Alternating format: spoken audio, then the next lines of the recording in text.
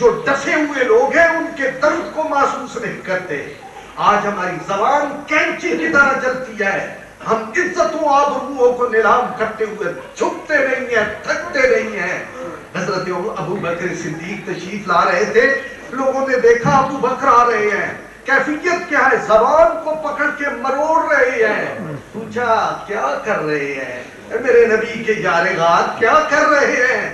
کہا میں زبان کو نوچ رہا ہوں, اس کو مروڑ رہا ہوں کہ زندگی کے جتنے فتنے وارد ہوتے ہیں وہ اسی سے ہوتے ہیں. اس لیے حضرات محترم, میری خوشی کی کوئی انتہا نہیں. میں آج بڑا رنجیدہ تھا, میں بڑا غم زدہ تھا. میں نے رات بھی اپنے اس غم کا اظہار کیا. میں اب بھی سارا دن وہی ٹیلی ویژن کی خبریں, وہی مظلوم مقہور پاکستان کے اوپر اہل اقتدار کی چیرہ دستیاں اور ان کی نوک اور ان کے بکھڑے ہوئے ہاتھوں کے ناخن, جس طرح وہ اس کا چہرہ لملوہان کر رہے ہیں, میں اس کی وجہ سے رنجیدہ تھا. میرا دل دکھی تھا. میں سوچتا تھا آج کیا دور آ گیا, دنیا ترقی کے کس معیار پہ پہنچ گئی, حق نے کس چیز کو پا لیا. لوگ دنیا میں چلتے چلتے ان مقاموں پہ پہنچ گئے, رفتیں ان کے قدم چوم رہی ہیں. آج 60 سال اس ملک کو ہو گئے ہیں اور اس ملک کا ہر 5واں سال جو ہے وہ ظلم کا سال, جبر کا سال, بے عزتی کا سال, ظلم کا سال, آبرومندی کو ختم کرنے کا سال نصیب ہوتا ہے. جب بھی کوئی امید بنتی ہے, کب بھی کوئی حوصلہ بڑھتا ہے, جب بھی کوئی اندر یہ بات آتی ہے کہ کوئی شاید کل کوئی ملک کی کوئی اچھا باغ ہو, سنبھالنے والا ہو, جسے درد بھی ہو, جسے تکلیف بھی ہو, جسے ارمان بھی لگے, جس کو ملک کے دکھ کے.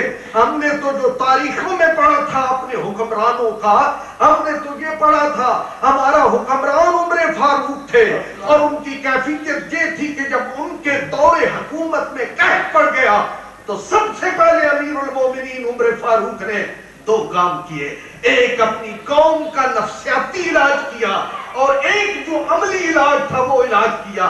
نفسیاتی علاج تو یہ کیا, ارے میرے نبی کے غلاموں, مدینہ کی بستی میں بسنے والوں, میرے مومن بھائیوں سن لو, آج کے بعد عمر گھی نہیں کھائے گا, آج کے بعد عمر روٹی نہیں کھائے گا, آج کے بعد عمر تیل استعمال نہیں کرے گا.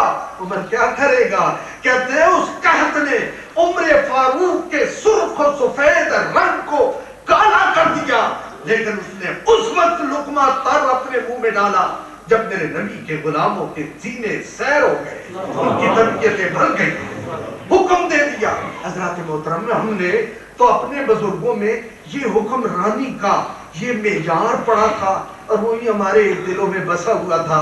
ہم تو ہر فوجی جرنیل جب آتا تھا ہم کہتے تھے شاید یہ خالد بن ولید آ گیا ہو, شاید یہ طارق بن زیاد آ گیا ہو, شاید یہ ہماری قسمت کو ٹھکانے لگانے کے لیے آ گیا ہو. لیکن ہر آنے والا پہلے سے بڑا ڈاکو, پہلے سے بڑا چور, پہلے سے بڑا بے رحم, پہلے سے بڑا ظلم والا کرنے والا, وہ آج تہذیب کا دور ہے, آج جمہوریت کا دور ہے, آج انسانی حقوق کا دور ہے, آج تمدن کی عروج کا دور ہے.